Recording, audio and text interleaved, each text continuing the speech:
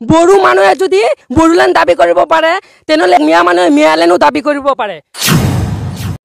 Video' চোৱা সকলোকে মোৰ ধীৰেন বসুমতাৰী ইউটিউব চেনেলৰ পৰা আদৰণি জনালোঁ।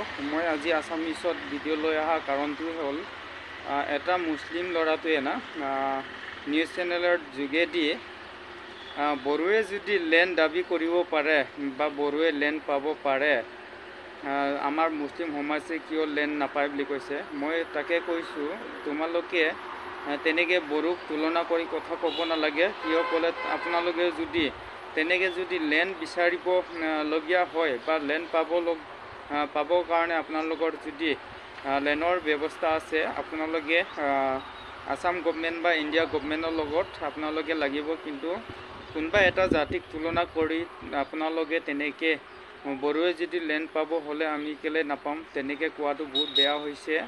আৰু আপুনি এটা কথা কৈছে যে এটা সময়ত বুলি কৈছে আছামিছক কচু কাটা দি কাটিছে, তেতিয়া সময়ত বোলে আছামিছৰ বা অসমীয়াৰ জনজাতি কিমান আছিল বুলি কৈছে। এইবিলাক আমি ক'ব নাযাওঁ। আপুনি যদি তেনেকৈ কোনোবা এটা জাতিক যদি লৈ তুলনা কৰিলে আপোনাৰ বহুত বেয়া হৈছে। কিয় ক'লে আমি চব অসমীয়া, অসমত মিলি থাকিব লাগিব। মই বড়ো বা কোনোবা এটা অসমীয়া বা কোনোবা এটা মুছলিম বোলে আমাৰ জনজাতিৰ ভিতৰত তেনেকৈ হাংগামা কৰিব নালাগে বা তেনেকৈ কাজিয়া সৃষ্টি কৰিব নালাগে বা কাজিয়া সৃষ্টি আনিব নালাগে। যদি আপোনালোকে কিবা এটা যদি পাওনি আছে বা লেণ্ড পাবলগীয়া আছে, আপোনালোকে ভাৰত চৰকাৰ বা অসম চৰকাৰৰ লগত আপোনালোকে আলোচনা কৰক বা আপোনালোকে আসাম চৰকাৰ বা ইণ্ডিয়া চৰকাৰৰ লগত আপোনালোকে তেনেকৈ ৰিকুৱেষ্ট কৰি আনক। কিন্তু আমি এইটো ক'বলগীয়া নাই। কিন্তু আপোনাৰ কি হৈছে, আপুনি কোনোবা এটা জাতিক যদি তেনেকৈ কিবা এটা বেয়া ভাৱ লৈ তেনেকৈ কোৱাটো বহুত বেয়া হৈছে। কিয় ক'লে আজিকালি ছ'চিয়েল মিডিয়া চবেই চাই। আমি বড়ো সমাজৰ পৰা হয়, আমিও বেয়া পাইছোঁ। কেলৈ ক'লে বড়োৱে যদি লেণ্ড পায় তেতিয়া আমাৰ মুছলিম সমাজে কেলৈ লেণ্ড নাপায় বুলি কৈছে। আৰে আপোনালোকক আমি ক'ব যোৱা নাই যে আপোনালোকে লেণ্ড পায় নাপায়, এইটো আমি ক'ব যোৱা নাই। কিন্তু কোনোবা এটা জাতিক আপোনালোকে তুলনা কৰি তেনেকৈ জাতিক নিন্দা কৰি তেনেকৈ কোৱাটো বহুত বেয়া হৈছে।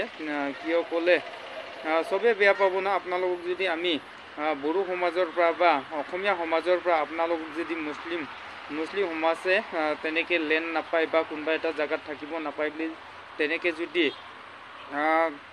আমাৰ বড়ো বা মিচিং বা অসমীয়া জাতিয়ে যদি আপোনালোকক তেনেকৈ কয় বা আপোনালোকক ইয়াৰ পৰা পলাব লাগিব ক'লে আপোনালোকৰ কিমান দুখ লাগিব না। কিয় ক'লে তেনেকৈ ক'ব নালাগে। আমি বহুত দুখ পাইছোঁ। বলক তেতিয়া ভিডিঅ'টো চাই ল'ম। এইজন মুছলিম দাদাই বড়ো আৰু অসমীয়াৰ মাজত কি কথা কৈছে সম্পূৰ্ণ চাই ল'ম না ৰাইজসকল, তাৰ পাছত কথা পাতিম। তেনেহ'লে 140 লাখ মিয়া মানুহে মিয়ালেণ্ডো দাবী কৰিব পাৰে। যদি এইবাৰ চৰকাৰ যদি আমাক পূৰ্ণ সংস্থাপন নিদিয়ে তেনেহ'লে চৰকাৰে ডাঙৰ বৃহৎ গণ আন্দোলনৰ সন্মুখীন হ'ব লাগিব। আমি মিয়া ছাত্ৰ পৰিষদে গোটেই অসমৰ লগত দিল্লী গোটেই ভাৰতবৰ্ষ কঁপাই তুলিম। জমিউল উলামা হিন্দৰ লগত লৈ আমচু নেমচু যিমান সংগঠন আছে আমি সকলোৱে মিয়াই মিলি সকলো দিল্লী অসম সকলো। এজন মুছলিম দাদাই নিউজ চেনেলৰ দ্বাৰেদি কি ক'লে সম্পূৰ্ণ ৰাইজসকল ভিডিঅ' চাই বুজি পালা চাগে ন। বলক তেতিয়া আমি আৰু কেইআষাৰমান লাষ্টত পাতি ল'ম না। তেনেকৈ যদি কোনোবা এটা জাতিৰ ভিতৰত যদি তেনেকৈ নিন্দা কৰি কথা ক'লে বহুত বেয়া হয়। কেলৈ ক'লে আমি অসমত আহিছোঁ যেতিয়া বা অসমত বসবাস কৰিছোঁ যেতিয়া চবেই আমি অসমীয়া, কোনোবা এটা বড়ো, কোনোবা এটা মিচিং, কোনোবা এটা অসমীয়া, কোনোবা এটা আহোম বা কোনোবা এটা মুছলিমলৈ তেনেকৈ আমাৰ জাতিৰ ভিতৰত তেনেকৈ বেয়া ভাৱ থাকিব নালাগে। কেলৈ ক'লে তেনেকৈ যদি বেয়া ভাৱ থাকিলে আমাৰ জাতিৰ ভিতৰত কি হয়, বেছিকৈ জেং হয়। কেলৈ ক'লে তেনেকৈ যদি কোনোবা এটা জাতিয়ে যদি তেনেকৈ কয় বা কোনোবা এটা জাতিৰ কোনোবা এটা দাদাই যদি তেনেকৈ আমুক বড়োৱে যদি তেনেকৈ ফেচিলিটি পাব লাগে বা লেণ্ড পাব লাগে, যদি অসমীয়া জাতিয়ে যদি তেনেকৈ লেণ্ড পাব লাগে আমিও পাব লাগিব, এইবিলাক আমাৰ আগত কৈ লাভ নাই। কেলৈ ক'লে ছ'চিয়েল মিডিয়াত আহি কৈ লাভ নাই। কেলৈ ক'লে আপোনালোকে যদি তেনেকৈ কিবা এটা পাওনি আছে বা পাবলগীয়া আছে তেতিয়া আপোনালোকে অসম গভৰ্ণমেণ্ট বা ইণ্ডিয়া গভৰ্ণমেণ্টৰ লগত গৈ আপোনালোকে চিডিউলটো কৰি লওক বা যি পাব লাগে নালাগে আপোনালোকে এইটো কৰি লওক।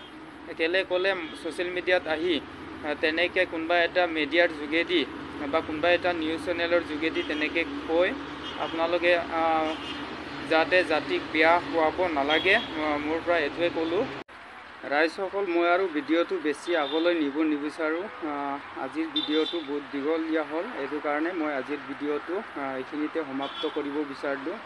লাষ্টত মই এটা কথা ক'ম যে আপোনালোকে যদি ধীৰেন বসুমতাৰী ইউটিউব চেনেলত যদি নতুন হয়, তেতিয়া ধীৰেন বসুমতাৰী ইউটিউব চেনেলটো ছাবস্ক্ৰাইব কৰিব, লগতে আপোনালোকে লাইক শ্বেয়াৰ কমেণ্ট কৰি দিব। আজিৰ ভিডিঅ'টো এইখিনিতে সমাপ্ত কৰিলোঁ।